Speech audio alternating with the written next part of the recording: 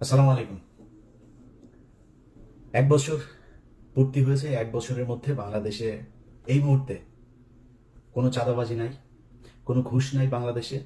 বাংলাদেশে এই মুহূর্তে কেউ কারোর জমি দখল করে না। এই মুহূর্তে কোনো অস্ত্রবাজি নাই, দেশে কোনো মাদক নাই। এরকম হওয়ারই তো কথা ছিল, তাই না? আসলেই কি তাই আছে? এই দেশের কোন জায়গায় কোন প্রতিষ্ঠানটার পরিবর্তন হয়েছে আমাকে একটু বলেন। সারা দেশের অবস্থা যা ছিল তাই আছে। এর জন্য এতগুলো মানুষ জীবন দেয়নি। তারপরেও বিশ্বাস করি যে হয়তো একটা ভালো কিছু হবে, নির্বাচন হবে, নির্বাচনের পরে একটা সরকার আসবে, সেই সরকার এই দেশের মানুষের জন্য কিছু করবে। আমি ডক্টর ইউনূসের যে সরকার, এই ইউনূসের সরকারকে আমি একটা ব্যর্থ সরকার বলবো। তিনি কিছু চাঁদাবাজ টাদাবাজ নিয়ে তারপরে তার আশপাশে তিনি একটা রাষ্ট্র চালাচ্ছেন। ব্যক্তিগতভাবে তার চাঁদাবাজি টাদাবাজির ব্যাপারে কিছু জানি না, কিন্তু একটা একটা করাপ্টেড একটা গভর্নমেন্ট তিনি পরিচালনা করছেন। বাট ইউনূসকে আমাদের দরকার ছিল। এখনো পর্যন্ত ভারতীয় যে আগ্রাসন, এই গত কয়েকদিন আগে যুক্তরাষ্ট্রের সাথে যে কূটনৈতিক দর কষাকষি, এগুলোর জন্যই মূলত তাকে আমাদের খুব দরকার ছিল। তিনি ছিলেন, আছেন, আমার কোনো সমস্যা, সামনেও তাকে একটা ভালো জায়গায় রাখা হোক। এখন আপনি আমাকে বলবেন যে ভাই, এক এক করে যদি বলতে যাই, ইউনূস সরকার বলেন, বিএনপি বলেন, এনসিপি বলেন, জামাত বলেন, সবখানেই একটা সমালোচনা করার জায়গা আছে। কে কি করছে এটা আমি বললাম না, আপনারা দেশে আছেন, আপনারা সবাই জানেন। আমি আর বিতর্কিত আজকে আর কোনো বক্তব্য দিতে চাই না, যে কারণে এগুলো নিয়ে আলোচনায় না গেলাম। আমি আওয়ামী লীগ ক্ষমতায় থাকাকালীন কিছু কথা বলতাম যে আমি কখনোই চাঁদাবাজি, দুর্নীতি এগুলোর জন্য আমার এই যুদ্ধ না। আমার যুদ্ধের একটা জায়গা আছে, সেটা হচ্ছে ভারত বিরোধিতা। কারণ আমার এই দেশের সব সমস্যার মূল কারণ হচ্ছে ভারত। আমরা ভারত টারত নিয়ে কথা বলতাম, আমাদেরকে বলতো আমরা হইলাম এগুলি নিয়ে নাকি সব গুজব ছড়াই, এগুলি কোনো সত্যি কিছু নাই। শেষ পর্যন্ত সেই ভারতে কিন্তু এই স্বৈরাচারকে নিয়ে জায়গা দিয়ে রেখেছে। এই ভারতীয় এখনো পর্যন্ত তাদের জায়গা থেকে দেখেন, 2 দিন আগেও ভারতীয় পররাষ্ট্রমন্ত্রী বলে যে আমাদের খুব কি বলে, কি দৃষ্টি, সূক্ষ্ম দৃষ্টি না কি যেন এক দৃষ্টি রাখছেন তিনি। হুম। তুই কে রে বেটা আমার দেশের কি হবে সেটা দৃষ্টি রাখার জন্য? তোর না হাগার পায়খানা নাই, তুই পায়খানা বানা আগে।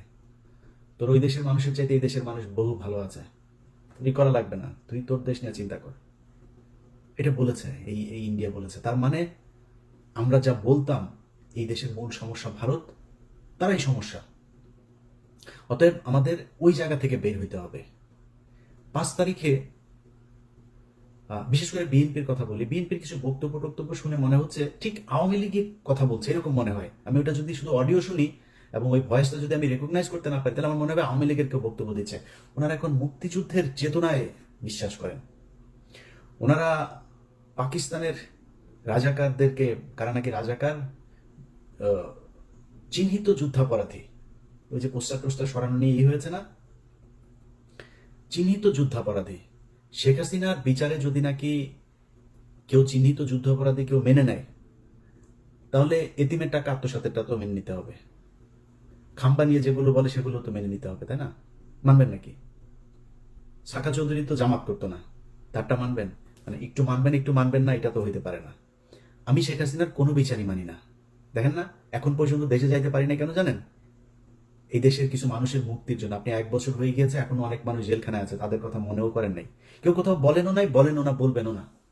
কারণ আপনারা মনে করেছেন সামনে কিছু খাবার এসেছে, সেটা খেয়ে নেই শেষ। এই দেশের মূল সমস্যাটা কোন জায়গায় ছিল সেখানে হাত দেনে। এখন পর্যন্ত বিডিআরের লোকগুলো জেলখানায়। কোনো বড় রাজনৈতিক দল, না বিএনপি না জামায়াত, কেউ যায় নাই। এনসিপির কিছুটা, ওই যে একজন সমন্বয়ক আছেন মাহিন, মাহিন ভাই কিছুটা দিত, সময় দিয়েছে, সময় দেয়, এখনো সময় দেয়।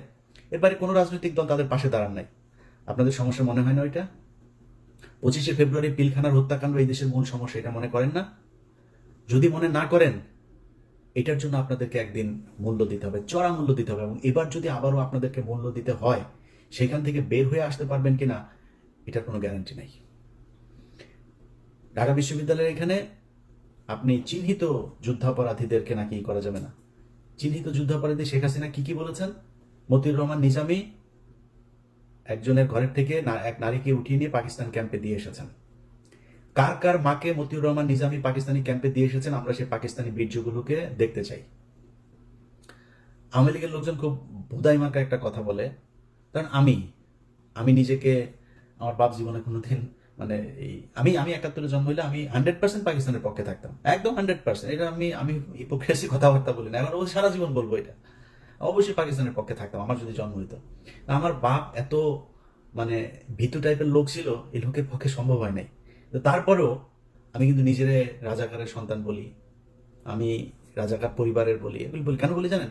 চালাক তাই, বুদ্ধিমান এই জন্য বলি। কারণ ধরেন আমার বাপ যদি রাজাকার হইতো, আমার বাপ বিভিন্ন ঘর থেকে বাঙালিদেরকে তুলে নিয়ে পাকিস্তান ক্যাম্পে নিয়ে আসতো, আমার বাপ তো সেফ থাকতো, কারণ আমার বাপ পাকিস্তানি লোকজনের সেবা করে, পাকিস্তানি লোকজনের ই করে। তাহলে কি হইলো? যারা তুলা দিয়ে আসলো, আওয়ামী লীগের লোকজনের বৌরে নিয়ে ক্যাম্পে দিয়ে আসছে না। যদি আমার বাপ রাজাকার হতো তাহলে কি করতো? আমার বাপ তাহলে আওয়ামী লীগের লোকজনের নিয়ে, মহিলাদেরকে নিয়ে ক্যাম্পে দিয়ে আসতো। তো পাকিস্তান কারে বীর্য দিয়ে গেল? তোর মারে দিয়ে গেল।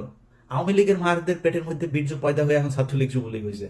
আর বাকিগুলি হয়েছে ক্যাম্প, ওই সীমান্তের ওই পারে গেছিল, ওগুলির পেটের মধ্যে দাদারা দিয়ে দিয়েছে, যেগুলি এখন জয় বাংলা জয় বাংলা করে। জয় বাংলা আমার দেশের স্লোগান না, এটা ইন্ডিয়া শিখাই দেওয়া স্লোগান। ভাই মুক্তিযুদ্ধের চেতনা নিয়ে যদি রাজনীতি করতে চান, বহুত সমস্যায় পড়বেন। আমি ভাই বাংলাদেশ 1971 সালে স্বাধীন হয়েছিল এটা মানি না। কারণ আপনি আমাদের যা মনে চায় তাই বলতে পারেন, কারণ ওইটা ভারত আর পাকিস্তানের যুদ্ধ ছিল, সেটা ভারত এখনো বলে, এবং বাংলাদেশের পক্ষ থেকে ওইটার ব্যাপারে কোনো ধরনের কোনো প্রতিবাদ এখন পর্যন্ত করা হয়নি। এইবার প্রথম এই সরকার আসার পরে করেছে, ওইটা আমি এনাফ মনে করি না। আপনি যদি মনে করেন এটা আপনার স্বাধীনতার যুদ্ধ, ওই ব্যাপারে আপনি প্রকট, আপনি একদম পুরোপুরি এক ইয়ের মধ্যে থাকবেন, তাহলে তো আপনাকে তাদের সাথে সব ধরনের চুক্তি বাতিল করতে হবে, সব ধরনের ইয়ে থেকে, সম্পর্ক থেকে বের হয়ে আসতে হবে। আসেন নাই, তার মানে তাদের ওইটা আপনি সহ্য করেন। তাহলে ওইটা যুদ্ধ না, ভারত আর পাকিস্তানের যুদ্ধ, ভারত এখন সেলিব্রেট করে। এখন আপনি যদি মনে করেন, আমি কিছুক্ষণের জন্য এটা মানলাম যে আপনার ভারত পাকিস্তানের যুদ্ধ, এই মানে বাংলাদেশের মুক্তিযুদ্ধ, আমার এই ভিডিও এই মুহূর্তে যেই যে মানুষগুলো দেখছেন, আমার ভিডিও পজ দিয়ে একটু 2 মিনিট চিন্তা করেন যে আমি এই আমার আশপাশে, আমার আত্মীয় স্বজন, আমার গ্রামের আশপাশের যত গ্রাম আছে, কতজন মুক্তিযুদ্ধ ছিল। মুক্তিযোদ্ধা যে কটা আছে তার 80% ভুয়া। খোঁজ নেন, আপনার এলাকায় যে কটা মুক্তিযোদ্ধা আছে ওর ব্যাপারে যায় খোঁজ নেন, আল্লাহর কসম করে বললাম একদম ভুয়া। আপনার বাপ গিয়েছিল? যায় নাই। তো মুক্তিযুদ্ধ আপনি করলেন না, আপনি মুক্তিযুদ্ধের বিশাল চেতনা। এই যে এই সরকার এসে 1 বছর হলো, আপনি মুক্তিযুদ্ধের তালিকা বের করেন নাই কেন? কতজন মারা গিয়েছে আসলে তার তালিকা আপনি করেন না কেন? 30 লাখ, 3 লাখ, 3,000, এটা কি কেন করেন না? ওইখানে কিছু একটা আছে যেটা করতে মানে বের করতে চায় না। ভাই আমরা তো চাই সেই যুদ্ধে কতজন মানুষ মারা গিয়েছে তাদের প্রতি আমরা সম্মান জানাইতে চাই, বার করেন। আপনি ভিডিও দেখছেন না, বার যেহেতু করেন, আপনাকে দায়িত্ব দিলাম বের করার জন্য। আপনি চোখ বন্ধ করে চিন্তা করেন আপনার 14 গোষ্ঠীর মধ্যে 71-এ মারা গিয়েছে কেউ আছে কিনা। পাকিস্তানি মিলিটারিরা এসে কারোর মাকে তুলে নিয়ে তারপরে প্রোডাকশন দিয়ে দিয়েছে? যদি একটা খুঁজা পান, কান কেটে শুনেছি, উনি বলেছেন, তিনি বলেছেন, এইটা দিয়ে কোনো ইতিহাস হয় না। আপনি এখন ওই যে আওয়ামী লীগের মতো, ভাই এত আবেগ থাকলে তো সমস্যা। আমার কথা শুনলে আমাকে পছন্দ করেন এরকম অনেক মানুষের, ভাই আপনি তাহলে মনে করেন যে কিছুই হয় নাই। 3 তারিখ, ডিসেম্বরের 3 তারিখ থেকে ভারত যৌথ বাহিনী হামলা শুরু করেছে, পাকিস্তানের অস্ত্র ছিল না, ওই দিক থেকে সৈন্য আসছিল, সেটা আসতে পারে নাই, 7ম নৌবহর পাঠাবে সেটা নিয়ে সমস্যা, ওই দিক দিয়ে ভারত এই সাগর বন্ধ করে শ্রীলঙ্কা হয়ে আসতে যায়, দেরি হয়েছে। পাকিস্তান মিলিটারি পারেনি ভারতের সাথে যুদ্ধ করে, ভারত করেছে। আরে ভাই আপনি কোন যুক্তিতে আমার কাছে আসবেন? 16ই ডিসেম্বর দেখান আপনি বাংলাদেশের একটা মানুষকে সেই জায়গায় ছিল, কেন ছিল না? এগুলি নিজের কোশ্চেন করেন। আমি আমার নিজের কথা বলি, আমি ছোটবেলা থেকে মুক্তিযুদ্ধ মানে ওরে কইছি যে সিনেমা টিনেমা দেখতাম, বাংলা সিনেমা দেখতাম না, বাংলা সিনেমায় দেখা পাওয়ারে নিজের সন্তানকে কাঁথার ভেতর থেকে বের করে মুক্তিযোদ্ধাকে ঘরের ভেতরে জায়গা দিয়া তারপরে মুক্তিযোদ্ধারে বাঁচাইলো, বিশাল এক নাটকীয় এক দৃশ্য অবতারণা করলো, করে মুভি একটা বানায় ফেলে। ওইটা দেখে দেখে বড় হয়েছে না, মানে কিছু না হলেও কিছুটা তো আছে। শেখ মুজিবের প্রতি আমার ভীষণ রকমের শ্রদ্ধা ছিল, আমি স্বীকার করছি, বিশ্বাস করে জানতাম না তাই। আরে শালায় তো একটা বদমাস, এমন কোন চাউরামি নাই যে এই শালা করে নাই। এই যে নারায়ণগঞ্জে চশমা ফেলে রেখে আসা বেশাবখানায়, মিথ্যা কথা না। ওর দলের এই যে শামসুল হক, ওর দলের এই লোকটারে জেলখানায় রেখে ওর বউরে সারা জীবন আকাম কুকাম করেছে। ওর বউ এই যে নিউ ইয়র্কে, এই যে আমেরিকায় এখন সম্ভবত নিউ জার্সিতে থাকেন, এই শালা, এই যে পাপনের মা, এই পাপনের মার এই যে রাষ্ট্রপতি ছিল জিল্লুর রহমান, এই শালায় তো ওরে কিছু করতে পারতো না। এই শালা শেখ মুজিব এই আইবি রহমানরা আকাম কুকাম করতো, এটা নিয়ে শেখ মুজিব এই শেখ হাসিনার পরিবারে বিশাল গ্যাঞ্জাম হইতো। সুন্দরী ছিল তো শেখ মুজিব, এটারে ই করতো। পাকশাল ভাই, একটা মানুষের কোনো দল হবে না, খালি আমার দল একা। 30,000 মানুষের আপনি জাসদের মারলেন, আপনি দুর্ভিক্ষ করলেন, এত মানুষ মারা গেল, আপনি কোন দিক থেকে তার পক্ষে কথা বলবেন বলেন? তারপর ওই যে 7ই মার্চের ভাষণ শুনলে আমার নিজের লোম দাঁড়ায় যেত ভাই ছোটবেলায়। আস্তে আস্তে বিশেষ করে কয়েকটা বই পড়ার পরে ভাই আস্তে আস্তে বুঝলাম ঘটনা তো আসলে অন্য কিছু।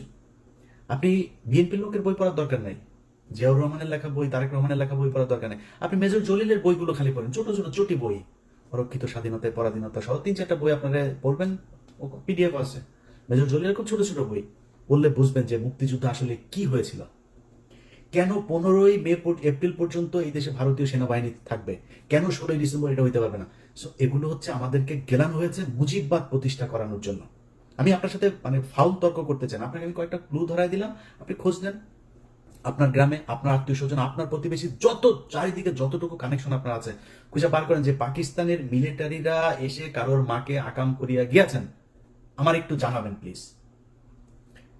কারোর বাড়িতে এসে পাকিস্তানের বাংলাদেশের মুসলমানকে এসে তারপরে মেরেছে? হ্যাঁ, অনেক হিন্দু মেরেছে, এটা সত্যি কথা। কারণ যুদ্ধটা তো ভারত পাকিস্তান, পাকিস্তানি বাহিনী জানতো, পাকিস্তানি সরকার জানতো যে আগরতলাতে গিয়ে শেখ মুজিব কি গ্যাঞ্জাম করে এসে, কি ষড়যন্ত্র করে এসে, সেই কারণে তাকে ক্ষমতায় বসতে দেওয়া হয় নাই, যে এর দিলে তো এই তো ইন্ডিয়ার কাছে বিক্রি করে দিবে দেশ, এরকম করা হয় নাই।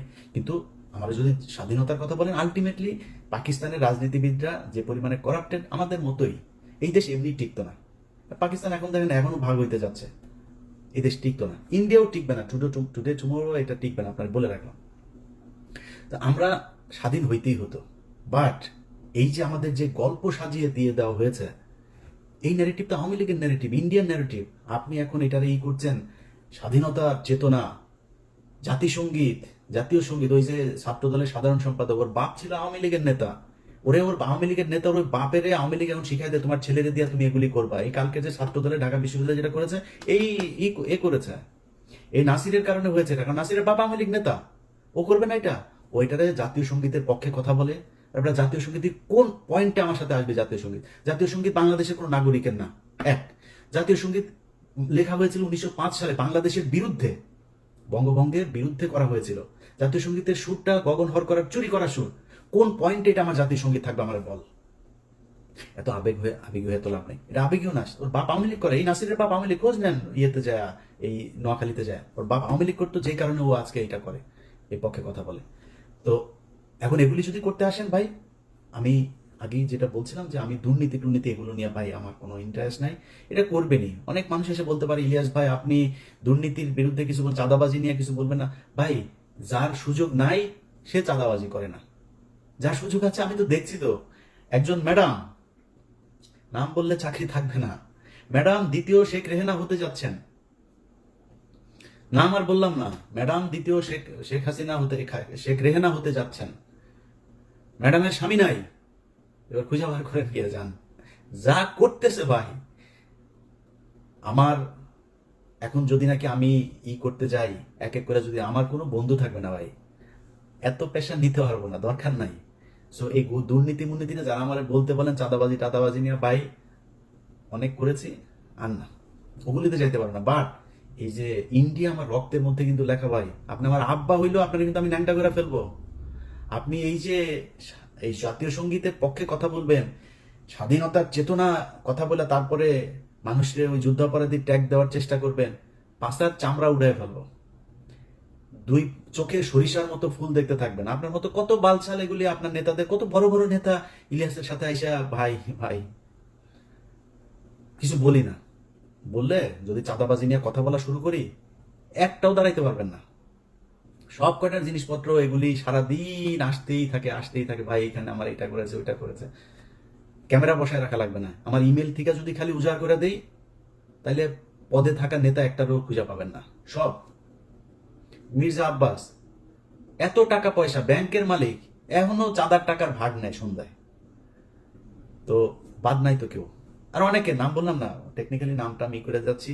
ছাত্রদের প্রতি আমার একটা ভালোবাসা আছে জুলাইয়ের কারণে, যে যত বালপাকনা কথাবার্তা বলেন ভাই সমস্যা নাই, এই ছাত্রদের কারণে আজকে মানে এই যে আলহামদুলিল্লাহ বললাম যে আল্লাহ অনেক ভালো রেখেছে আগের চাইতে, একমাত্র এদের কারণে। এদের প্রতি এই সম্মানটুকু সারা জীবন দিয়ে যাও। এদের সাথে ব্যক্তিগতভাবে অনেকের সাথে সম্পর্ক থাকবে, ভালো থাকবে না, বাট এদের ওভারঅল এই জুলাই যোদ্ধাদের প্রতি এই সম্মান, এটা আপনি দিবেন না সেটা আপনার ব্যাপার, আমি দিয়েই যাব। অনেকের কথাই বলছি না, কিন্তু চাঁদাবাজি টাদাবাজি এগুলো চলেই যাচ্ছে, বাট ওই জায়গাতে আঘাত করেন না, তাইলে কিন্তু সমস্যা হয়ে যাবে। কথাবার্তা শুনলে যেন আপনার কিছুদিন আগে এক চাঁদাবাজারে দেখলাম, এক চাঁদাবাজারে দেখি সে বলতেছে এই কি আওয়ামী লীগের ওই ইয়েটা ছিল যে বাংলার তুমি কে আমি কে তুমি কে, ওই যে বাঙালি বাঙালি বাঙালি বাঙালি, এটা তো পশ্চিম বাংলার ডায়লগ। ওরা আমাদের বাংলার সাথে, এই তো আওয়ামী লীগের ডায়লগ এগুলি, তুমি কে আমি কে বাঙালি, গণজাগরণ মঞ্চের ডায়লগ। সবকিছু মিলা গেলে তোমাদেরকে ওইদিকে মিলাই দেওয়া হবে। তো খুব সাবধানে কাজ করতে হবে। আমরা এত কারোটা খাইও না, করিও না, এত পাকনামি করার কিছু নাই। সব শেষ। এই যে কথাবার্তা বললাম সব কিন্তু থ্রেট করলাম, কিছু বলি নাই কিন্তু, করবো টরবো এগুলি জাস্ট থ্রেট করলাম। কিন্তু আমি একতা চাই, ঐক্যবদ্ধ হন, এটা চাই। বিএনপি জামাত এনসিপি আপনাদের ভেতরে রাজনৈতিক দ্বন্দ্ব থাকবে, 71 টাই না, এমনি দ্বন্দ্ব থাকবে। কে কটুক চাঁদাবাজি করেন, কে কটুক দখলবাজি করেন, কি করেন, এটা জনগণ রায় দিয়ে দেবে, জনগণের উপরে ছেড়ে দেন। আপনি যদি মনে করেন যে না আমি জামাতের চাইতে ভালো হইতে চাই, জামাত যদি মনে করেন আমি বিএনপির চাইতে ভালো হইতে চাই, তাহলে বিএনপির চেয়ে ভালো কাজ করেন, এমনি আপনি ভালো থাকবেন, এমনি পাবলিকের ভোট পাবেন। এগুলো নিয়ে কথা বলতে চাই না। কিন্তু কোন দল যদি এই মুক্তিযুদ্ধের নামে যদি নাকি আবার ফের বিভাজনের চেষ্টা করে, তার বিরুদ্ধে কিন্তু সরাসরি দাঁড়াবো। তখন কিন্তু কিছু বলতে পারবেন না। এক পিনাকিদার একার গুতাই নিতে পারেন না, আমাদেরকে চাতায়েন না। এটা বলে রাখলাম ভাই, ভবিষ্যতে ইনি মার্ক করে রাখতেছি কিন্তু কে কে কি বলেন এগুলি কিন্তু মনে আছে। ওই যে মিছিলের কথা বললাম একটা, তুমি কে আমি কে বাঙালি, ওরা কিন্তু মনে রাখছি। এই যে জাতীয় সঙ্গীতের কথা মনে রাখছি, কিন্তু যখন যেখানে হাতে কোনো কিছু পাওয়া যাবো ছেড়ে দেবো। পৃথিবীর কেউ তারেক রহমান ফোন করলেও শুনবো না, ছেড়ে দেবো তখন। তো তখন কান্নাকাটি করে লাভ হবে না। আগেই বলে রাখলাম খুব সাবধানে। এই মুক্তিযুদ্ধের বালের যুদ্ধ নিয়ে এত বেশি পাকনামি করা যাবে না। এটা দেশ স্বাধীন হওয়া দরকার ছিল, কেমনে হয়েছে এটা নিয়ে আমরা তর্কেই যেতে চাই না। তর্কে গেলে তর্কে আসেন, আমি বই পুস্তক দিয়া দলিল দিয়া তারপরে বুঝাই দেব যদি যেতে চান তর্কে। বাট তর্কে আমি যেতে চাই না। এটা নিয়ে দেশ স্বাধীন হয়েছে, বেটার। আমরা এখন একটা দেশ পেয়েছি। এই দেশে যারা যারা যেইভাবে ছিল পিছনের ইতিহাস নিয়ে ঘাটাঘাটি বাদ দিয়া দেশটারে কেমন আগানো যায় সেটা নিয়ে চিন্তা করেন। রাজনৈতিক দলগুলোর ভেতরে আমি খুব মানে এত বেশি এই যে ডিজিএফআই এবং রয়ের এরা মানে উদ্দেশ্য প্রণোদিত ভাবে কিছু, এনসিপির উদাহরণ যে একটা আছে, ওর নামটা কি, এই হুদাই খালি গুতায়, বিএনপির গুতায়, জামাতকে গুতায়। বিএনপির কয়েকজন আছে, এগুলি হুদাই খালি জামাতকে গুতাবে, এনসিপি গুতাবে। আমি মাঝখানে একটা করলাম যে ভাই খালেদা জিয়াকে নিয়ে, জিয়াউর রহমানকে নিয়ে আজে বাজে কথাবার্তা। তা আমি এটা নিয়ে একটা পোস্ট করলাম। পোস্ট করার পরে সার্জিস আমারে কল করলো, বললো যে ভাই আমাদের ভিতরে আমরা কি কেউ বলেছে এটা নিয়ে কোনো কথা? আমি বললাম যে এটা নিয়ে যে আলোচনা হচ্ছে, তাহলে কে কে বলেছে এটা? বল ভাই আমাদের ভিতরে তো কেউ বলে না, আমাদের কেন্দ্রীয় আপনি দেখেন হাসনাত, আমি, নাহিদ, মাহফুজ বা কেউ, আমরা কেউ বলি না এটা নিয়ে। আমি দেখলাম আসলে বলে নাই। তো সার্জিসের ভিতরে তার মানে এটা নিয়ে তার উদারতা আছে। আপনারা সবাই বসেন ভাই, কোনো কিছু নিয়ে যদি সমস্যা হয় আপনারা বসেন, বসে তারপরে ঠিক করেন, এই জায়গাগুলোকে ঠিক করেন। কারণ এটা মাথায় রেখেন যে আওয়ামী লীগ যদি ব্যাক করে, কেউ এখনকার চাইতে ভালো থাকতে পারবেন না। আর আওয়ামী লীগ ব্যাক করার সুযোগ আপনারা তৈরি করে দিচ্ছেন। আওয়ামী লীগের সে শক্তি নাই, কিন্তু এটা করবে ইন্ডিয়া। কারণ ওদেরকে সবসময় ইন্ডিয়া নিজের দল মনে করে। এই কারণে এই জায়গা থেকে যদি আপনি নিজেকে, দেশকে যদি নিরাপদে রাখতে চান, আপনাদের ভেতরে যা মনে চায়, যত মনে চায় দলাদলি, মারামারি, খুনাখুনি, যা মনে চায় করেন। আওয়ামী লীগ, ইন্ডিয়া, ইন্ডিয়ার মুক্তিযুদ্ধের ন্যারেটিভ, এখানে এই জায়গায় আমাদের সবাইকে ঐক্যবদ্ধ থাকতে হবে। আমি ভাই কোনো দলের না, আমার একবার বিএনপি জামাত বানায়, জামাত বিএনপি বানায়। আমি আগেই বলেছি আপনাদের, আমি বাংলাদেশে একমাত্র এক পার্টি করি, সেটার নাম হচ্ছে এন্টি ইন্ডিয়ান পার্টি।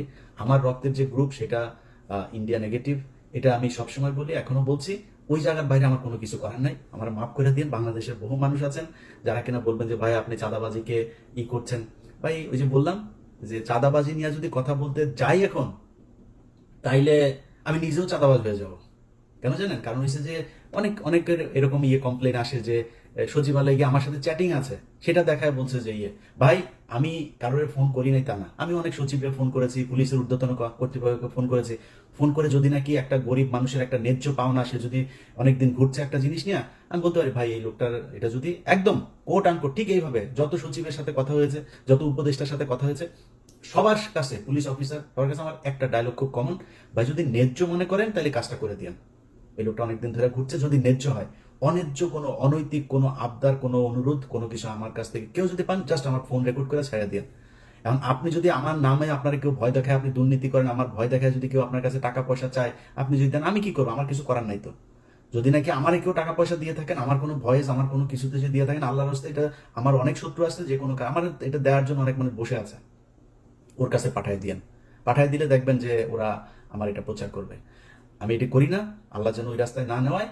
বাট ওই যে বললাম যে চাঁদাবাজির পরিস্থিতিটা এমন পর্যায়ে দাঁড়িয়েছে, এটা ঠিক করতে গেলে এখানে আর কাউকে খুঁজে পাওয়া যাবে না। তো লম্বা কথা বললাম 1 বছরের মাথায়।